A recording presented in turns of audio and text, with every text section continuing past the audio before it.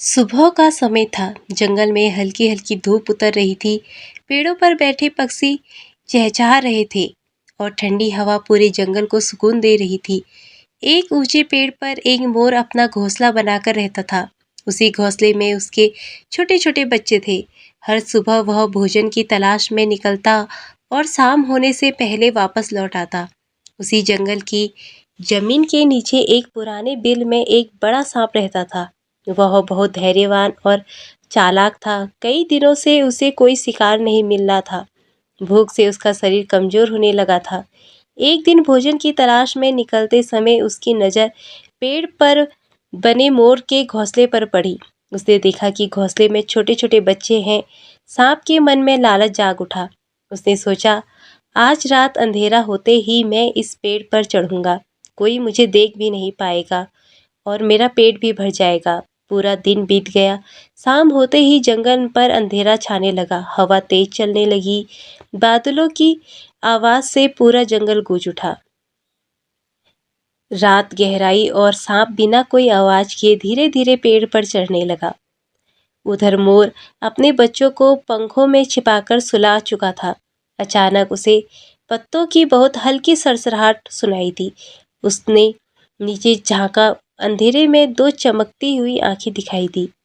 मोर सब समझ गया। उसने अपने बच्चों को और मजबूती से पंखों में छिपा लिया और खुद घोंसलों के सामने खड़ा हो गया। कुछ ही क्षणों में सांप फन फैलाकर उसके सामने था। सांप बोला, रास्ते से हट जा, मैं भूखा हूँ, मुझे अपने बच्चों को दे दो। मोर की आंखों में डर था, लेकिन उससे कहीं ज्यादा अपने बच्चों के लिए प्यार था। वह बोला, जब तक मेरी सांसें चल रही है कोई मेरे बच्चों को छू भी नहीं सकता। इतना सुनते ही सांप ने बिजली की तरह हमला कर दिया। मोर ने पंख फड़फड़ाकर खुद को बचाया और अपनी तेज चोंच से सांप पर वार किया। पेड़ की डालियां जोर जोर से हिलने लगी। एक बार सांप ऊपर चढ़ते तो मोर उसे नीचे धकेल देता। दूसरी बार सांप फन उठाकर हमला करता तो मोर अपने पंजों से उसका रास्ता रोक देता। यह संघर्ष कई मिनटों तक चलता रहा। आखिरकार सांप ने मौका देखकर मोर के पंखों को जकड़ लिया। मोर दर्द से तड़प उठा, लेकिन उसने हार नहीं मानी। उसने पूरी ताकत से अपने पंख फैलाए और जोरदार वार किया। सांप का संतुलन बिगड़ गया। वह सीधे पेड़ के नीचे गिर पड़ा। गिरते ही उसका शरीर एक पत्थर से टकराया। वह घायल हो गया, लेकिन उसकी आंखों में अब भी क्रोध था। वह फिर से पेड़ पर चढ़ने लगा। इस बार मोर खुद नीचे उतर आया।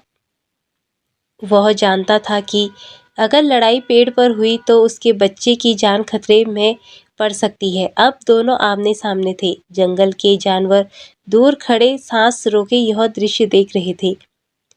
सांप ने पूरी ताकत से हमला किया। मोर ने भी पूरी शक्ति लगा ली। काफी देर तक संघर्ष चलता रहा। आखिरकार सांप थक गया। उसकी सांसें तेज होने चली गई। उसने समझ आया कि जो अपने परिवार की रक्षा के लिए लड़ता है उसे हराना आसान नहीं होता। वह धीरे धीरे पीछे हट गया। कुछ पल तक मोर उसे देखता रहा। वह चाहता था कि घायल सांप पर आखिरी वार करके उसकी जान ले सकता था, लेकिन उसने ऐसा नहीं किया। मोर बोला, जा, आज मैं तुझे जीवन दान देता हूँ।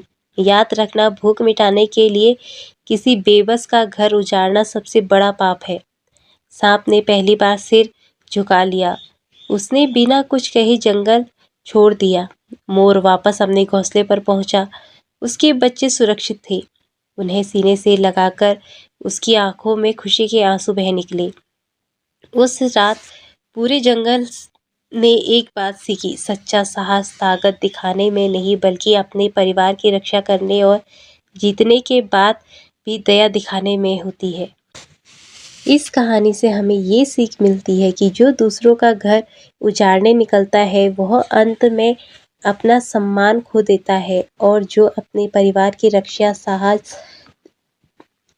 धैर्य और दया से करता है वही सच्चा विजेता कहलाता है।